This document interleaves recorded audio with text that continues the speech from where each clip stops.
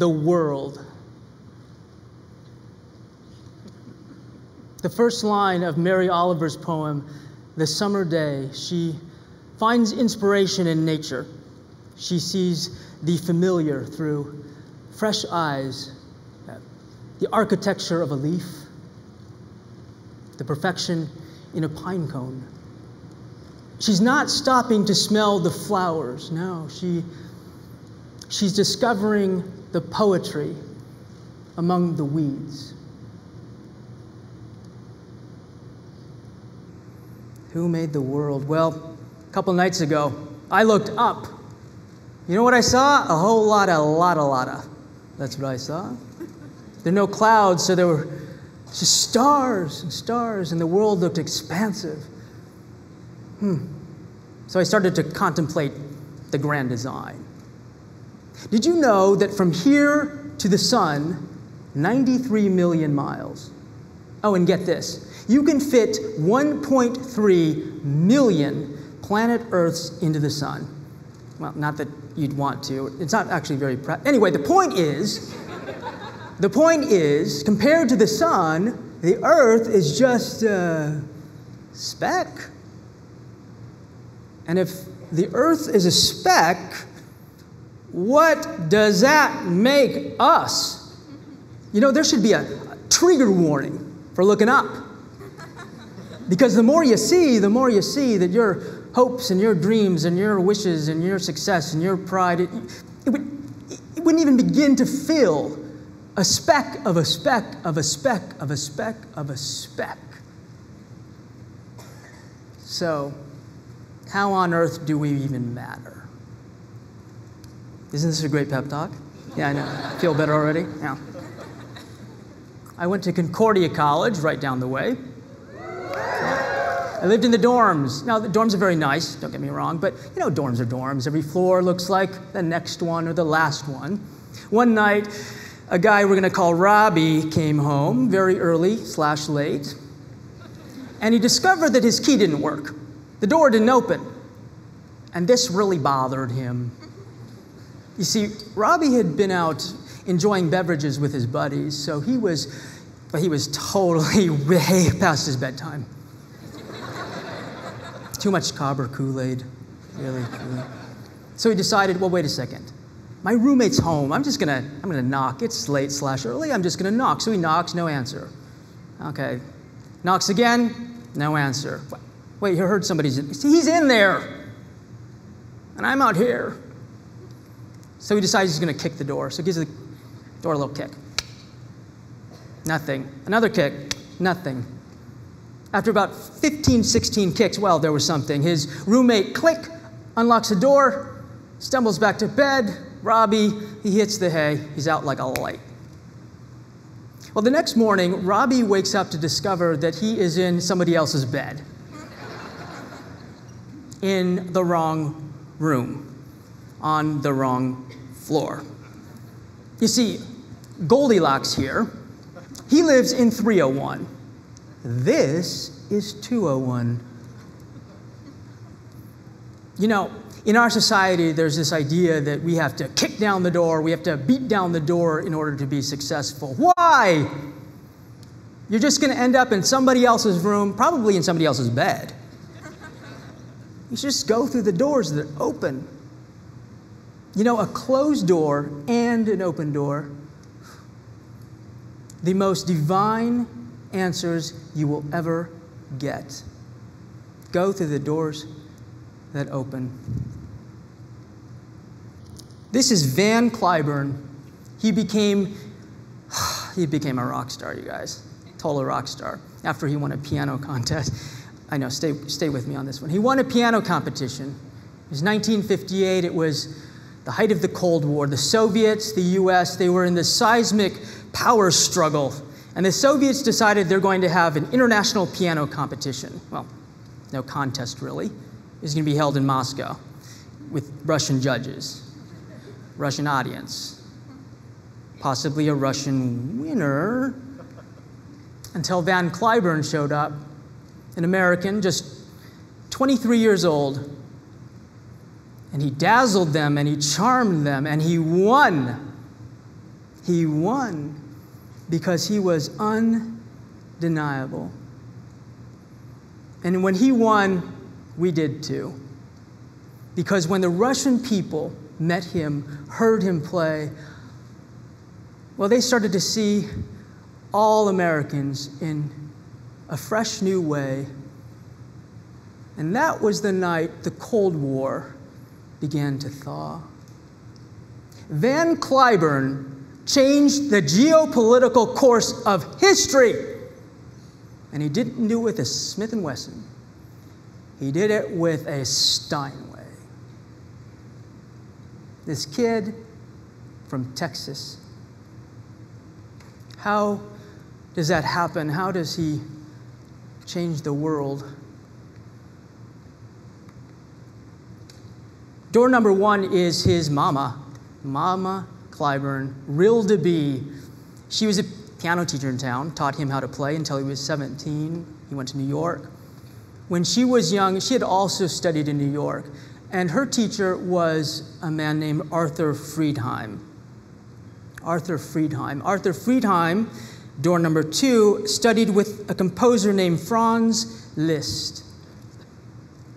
And Franz Liszt, well, his teacher was Karl Czerny,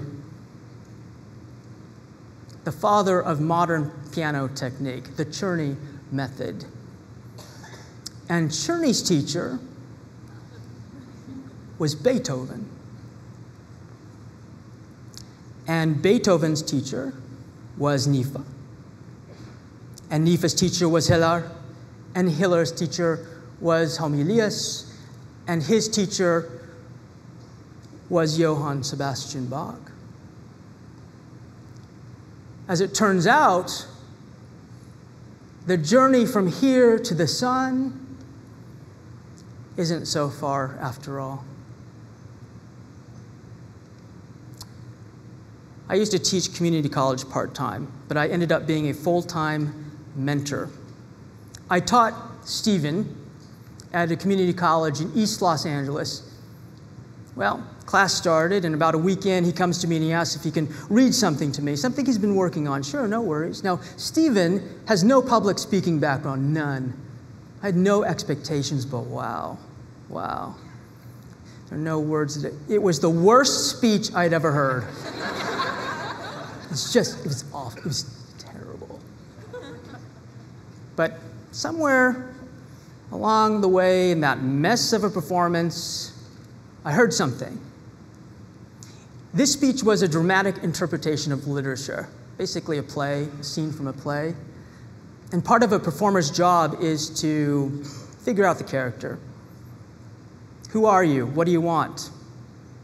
How are you going to get it? And Stephen was making these choices naturally. He was making character choices. Like 90% of the kids in that school, Stephen is Latino, and the first in his family to go to college.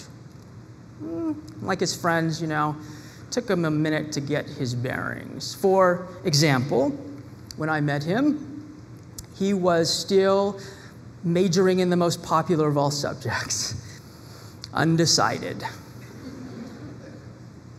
He had the will, but no way. His second speech, well, he had to describe riding a Harley Davidson, and he'd never touched one. Now, I had some friends ride Harleys for a hobby. She's a television star. Her husband is a successful business person. Could we just drive up to the house and can you just see him? Sure, no worries, come on up. So on the appointed day, we drive up to Beverly Hills. And the homes there are, they're spectacular. They're important looking. And my friends are really down to earth, and they came out and they greeted us, and they said, well, Stephen, do you want to go for a ride? Do you want to go for a ride? Of course he wants to go for a ride. They were off. When they returned, he was beaming. He was so excited. But on the drive back to my place, he was really quiet. Really quiet. And I just sat there, and he just sat there, and we didn't look at each other as guys do. Finally, I said, well, what's up?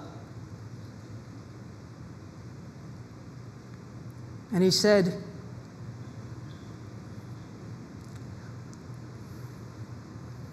I don't want to be a nothing. Those words just seared into my heart. Okay. Then be something. And that year, with that speech, he became a national gold speech champion, the first in our college's history. And now the eyes of Texas were upon him, and they gave him a scholarship to transfer there to be on the national championship team. And in a few days, he'll be walking onto the campus of the mighty Trojans, USC, to begin his master's degree at a communication school that happens to be one of the top on the planet. Stephen made himself undeniable. And he did it by making character choices. Who am I? What do I want? How am I going to get it? You know, when you mentor somebody, like Stephen, it's tempting to believe that you are rescuing them. No. No.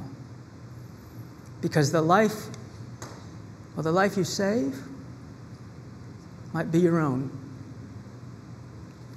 Because now you're seeing the world through fresh eyes. You're not just a speck of a speck of a speck. No, you are necessary to this grand design. And oh, are you grateful? Because now you finally realize that you